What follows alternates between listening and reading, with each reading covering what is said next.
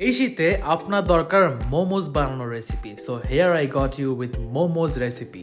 ফার্স্টেই আপনার দরকার চিকেন কিউব করা, দেন সাথে অ্যাড করবেন কিছুটা সল্ট, দেন অ্যাড করবেন ভিনেগার, দেন তারপরেই অ্যাড করবেন কিছুটা dark soy sauce, then add করবেন কিছুটা কালো গোলমরিচ, অ্যান্ড সাথে don't forget to add tasting salt. And আপনার যদি আমার মতো স্পাইসি অনেক পছন্দ, দেন ইচ্ছা মতো মরিচ ইউজ করেন, বাট মরিচ যদি না খেতে পারেন দেন দরকার নাই। দেন অল্প তেল অ্যাড করতে ভুলবেন না, তাহলে খুবই ভালো মতো ব্লেন্ড হবে।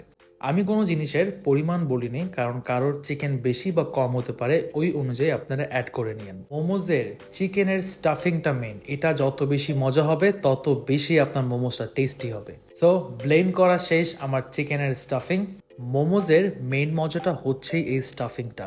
অনেকে এটার মধ্যে পেঁয়াজ অথবা গাজর ইউজ করে, যেটা আমার পছন্দ না। দেন চিকেনটা বের করে নিয়ে ভালো মতো তেল দিয়ে নেবেন, ঠিক এইভাবেই তেল দিয়ে একদম ভালো মতো মিক্স করে ফেলবেন। দেন আসি স্টাফিং এ। আপনারা আপনাদের নিজের যে শেপ পারেন সেই শেপটাই বানান, আমি যেটা পারি আমি ওটাই বানিয়েছি।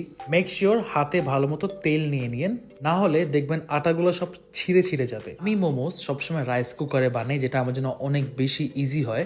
স্টাফিং এর প্রসেস শুরু করার আগে আপনি আপনার রাইস কুকারটা পানিতে রেডি করে রাখেন, তাহলে দেখবেন 5 থেকে 10 মিনিটের মধ্যে আপনার সব মোমোজ রেডি হয়ে গেছে। আমি শুধু একটা ব্রেস্ট পিস অ্যান্ড একটা রানের পিস দিয়ে 15 পিস মোমোজ বানাইছি। মোমোজগুলো রাইস কুকারে প্লেস করে নিছি। মেক শিওর করবেন গ্রিলের ওপর ভালো মতো তেল অ্যাড করে নেবেন, না হলে সব মোমোজগুলো লেগে যাবে। 7 থেকে 8 মিনিটের মধ্যে আপনার মোমোজ রেডি হয়ে যাবে, যদি আপনার রাইস কুকারের পানি গরম থাকে। তো এই হচ্ছে আমার মোমোজ রেডি। শেপটা যেমনই হোক না কেন, ট্রাস্ট মি, আমার মোমোজ অনেক মজা হয়েছিল। স্পেশালি চিলি অয়েল দিয়ে খেতে মাইন্ড ব্লোয়িং। মোমোজের মেইন পার্টটা হচ্ছে ভিতরে চিকেনের স্টাফিং। স্টাফিং যত বেশি মজা হবে, আপনি দেখবেন আপনার মোমোজটা তত বেশি টেস্টি লাগবে। So now tag your friends and family যে এই শীতে আপনাকে মোমোজ বানায় খাওয়াবে। So thank you so much guys, see you again.